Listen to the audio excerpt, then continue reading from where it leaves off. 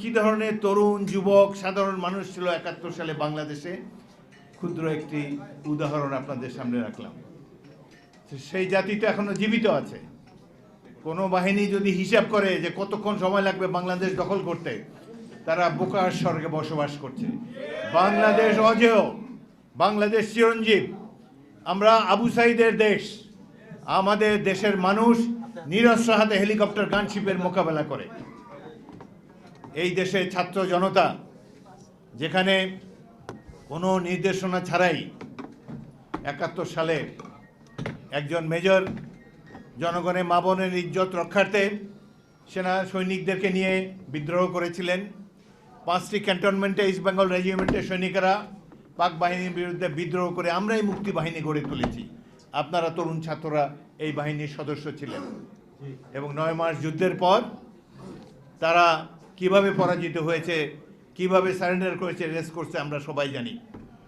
একটা জিনিস একটু কষ্ট লাগে, সিলেটে 16 এপ্রিল তারিখ বিকাল 4টার সময় আমাদের প্রধান সেনাপতি কর্নেল ওসমানী সিলেটে আসেন।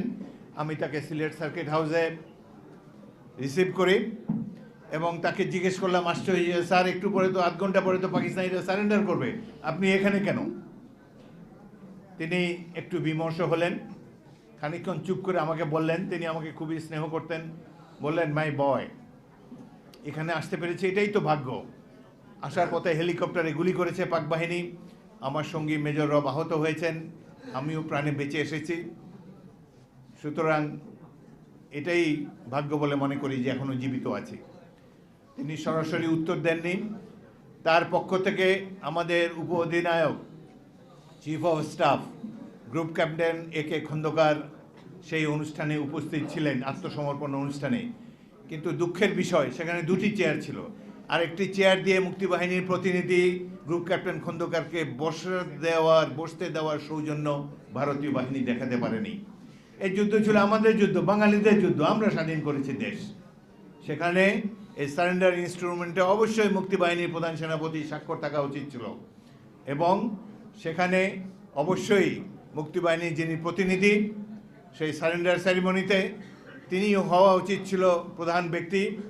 তার দুপাশে, এক পাশে জেনারেল অরোরা বসবেন, আরেক পাশে জেনারেল নিয়াজি বসবেন এবং তারা সারেন্ডার করবেন মুক্তিবাহিনীর কাছে। এটাই হলে ইতিহাস সঠিকভাবে লিপিবদ্ধ হতো। কিন্তু তারা এটিকে দেখাতে চেয়েছে পাক ভারত যুদ্ধ, এটা যে বাংলাদেশের জনগণের যুদ্ধ, এটি তারা স্বীকার করেনি। কিন্তু ইতিহাস তো বিকৃত করা যায় না।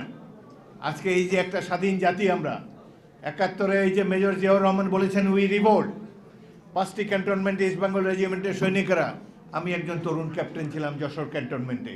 এই ক্যান্টনমেন্টের একমাত্র বিদ্রোহী কর্মকর্তা আমিই ছিলাম। ভাগ্যক্রমে এই দেশের স্বাধীনতা যুদ্ধে অংশগ্রহণ করতে পেরেছি। আমরা একটা নতুন বাংলাদেশ সৃষ্টি করেছি 9 মাস সংগ্রামের মাধ্যমে। যেই স্বপ্ন দেখে আমরা যুদ্ধ করেছিলাম, সাম্য, মানবিক মর্যাদা, সামাজিক সুবিচার, এটি আওয়ামী লীগের দুঃশাসনের ফলে হাওয়ায় মিলিয়ে গিয়েছে। আবার সুযোগ এসেছে, আবার এতদিন পর বাংলাদেশের লড়াকু ছাত্র সমাজ গ্রামে গঞ্জে নিরস্ত্র অবস্থায় ট্যাঙ্ক, হেলিকপ্টার এবং APCর সামনে উপস্থিত হয়ে তারা বলতে চাচ্ছেন যে আমাদের স্বাধীনতা, সার্বভৌমত্ব আমাদের অত্যন্ত প্রিয়, জীবন দেব, কিন্তু এই দেশকে কোনোদিন ভারতের পদানত হতে আমরা দিব না। এই হোক আমাদের শপথ। এই দেশ একটি জনযুদ্ধের মাধ্যমে স্বাধীন হয়েছে।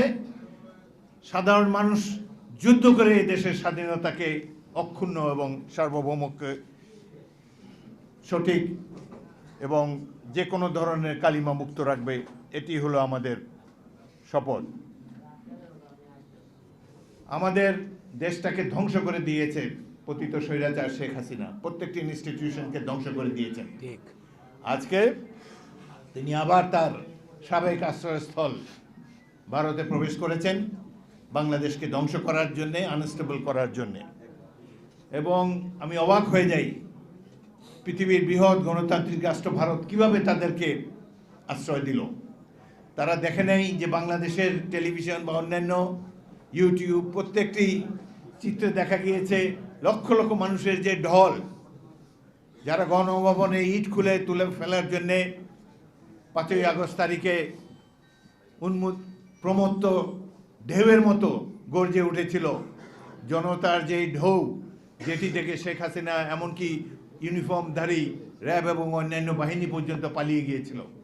এই দৃশ্য দেখার পর তারা কিভাবে কল্পনা করে, কিভাবে হিসাব করে বাংলাদেশ দখল করতে কতদিন লাগবে। প্রবলেম হলো যে ভারত, তাদের মনটা অত্যন্ত ক্ষুদ্র। প্রত্যেকটি প্রতিবেশী রাষ্ট্রকে তারা বিষিয়ে তুলেছে। প্রত্যেকটি প্রতিবেশী রাষ্ট্র আজ তাদের বিরুদ্ধে। সবচেয়ে বড় হিন্দু রাষ্ট্র নেপাল, তারা পর্যন্ত এদের বিরুদ্ধে। কারণ তারা এই যে দাদাগিরি করে, প্রতিবেশীকে দাবিয়ে রাখতে চায়, এটি একবিংশ শতাব্দী মানুষ তো গ্রহণ করবে না। বাংলাদেশ তো মোটেই না যারা যুদ্ধ করে স্বাধীন হয়েছে। মমতা ব্যানার্জিকে ভালোই মনে করতাম, সৎ ভালো মহিলা, সাদাসিধা চাল চলন। তিনি পর্যন্ত বলেছেন শান্তিরক্ষী বাহিনীকে আমন্ত্রণ জানাতে চান বাংলাদেশের সংখ্যালঘুদের রক্ষা করার জন্য। কত বড় মিথ্যাচার! বাংলাদেশের মতো সাম্প্রদায়িক সম্প্রীতি পৃথিবীর কোনো রাষ্ট্রে নাই। অবশ্যই আমাদের এখানে আসুক, তারা দেখে যাক। কিন্তু ভারতীয় মিডিয়া এই কল্পকাহিনী ছড়িয়ে বেড়াচ্ছে যেখানে হিন্দুদের উপরে অন্যায় বিচার করা হচ্ছে। আমরা এই দেশে আবহমান কাল ধরে সাম্প্রতিক সম্প্রীতি নিয়ে বসবাস করে আসছি। এই ধরনের কল্পকাহিনী ছড়িয়ে তারা বিশ্ববাসীকে দেখাতে চায় যে বাংলাদেশের মানুষ এক পেশে, বাংলাদেশে কারো জীবন নিরাপদ নয়। সম্পূর্ণ এই মিথ্যাচারের তীব্র নিন্দা আমরা এখানে জানাচ্ছি। আর একটি কথা, যুদ্ধ যদি তারা শুরু করে, এই যুদ্ধ আবার তাদের দেশে গিয়েই শেষ হবে। আমরা প্রত্যেকটি বাংলাদেশি নাগরিককে সামরিক ট্রেনিং দিয়ে প্রস্তুত করব যুদ্ধের জন্য। প্রত্যেকটি ছাত্র যেন রাইফেল চালাতে জানে। সামান্য field craft basic military training তাদেরকে আমরা দেব, যাতে করে কেউ আমাদের দিকে কোনো রক্তচক্ষু দিয়ে দৃষ্টিপাত করতে না পারে। আমরা যুদ্ধ করে জয়ী হয়েছি, চিরকাল জয়ী হবে বাংলাদেশের মানুষ। শেখ হাসিনা যেভাবে দেশ থেকে পালিয়ে গিয়েছে, কাদের ভয়ে পালিয়ে গিয়েছে। 71-এ আমার অধীনে 500 ছাত্র ছিল, যাদেরকে আমার ব্যাটালিয়ন প্রথম ইস্ট বেঙ্গলে ট্রেনিং দিয়ে আমি সৈনিক বানিয়েছিলাম, মুক্তিযোদ্ধা বানিয়েছিলাম। অমিত বিক্রমে তারা যুদ্ধ করেছে। এদের মধ্যে 100 জন সম্মুখ যুদ্ধে শহীদ হয়েছে। কিন্তু তারা অস্ত্র নিয়ে যুদ্ধ করেছিল। বাট জুলাই আগস্ট মাসে এক অদ্ভুত দৃশ্য দেখলাম।